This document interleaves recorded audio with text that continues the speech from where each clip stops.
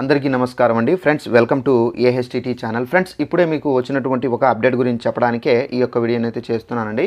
So update ఏంటంటే, మన యొక్క సెంట్రల్ గవర్నమెంట్ బీజేపీ పార్టీ అయితే మేనిఫెస్టో అయితే విడుదల చేశారండి. మళ్ళీ మనకు ఎలక్షన్ కారణంగా మనకు ఈ మేనిఫెస్టో అనేది విడుదల చేశారు.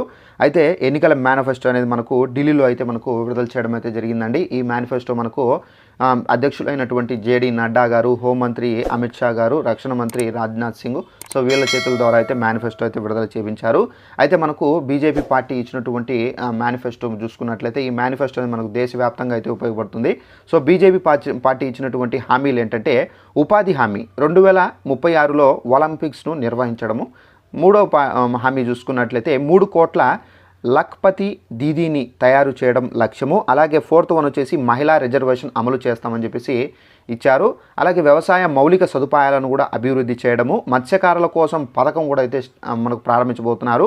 అలాగే ఈ శ్రమ్ ద్వారా సంక్షేమ పథకం నుండి ప్రయోజనం పొందడము, అలాగే యోగా అధికారిక ధృవీకరణ అయితే అందించడము, అలాగే మనకు 2025 గిరిజన ఫైట్ ఇయర్, అలాగే ప్రతి రంగంలోనూ ఓబీసీ అలాగే ఎస్సీ ఎస్టీలకు గౌరవం అందేలా కూడా చేస్తానన్నారు. అలాగే నెక్స్ట్ వచ్చేసి మనకు గ్లోబల్ మ్యానుఫ్యాక్చరింగ్ హబ్ని అయితే స్పష్టం అయితే చేశారు.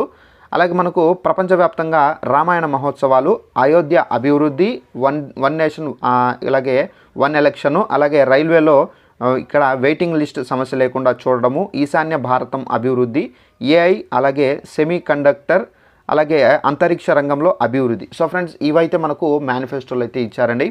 సో ఇప్పుడు మనకు ఏదైతే పథకాలు ఉన్నాయో, సో ఆ పథకాలు ప్లస్ ఏంటంటే ఇవి కూడా మనకు మళ్ళీ అభివృద్ధి చేస్తామని చెప్పేసి ఇక్కడ బీజేపీ పార్టీకి సంబంధించినటువంటి మోడీ గారు అయితే చెప్పడం అయితే జరిగింది. సో ఈ మేనిఫెస్టో అయితే మనకు విడుదల చేశారు.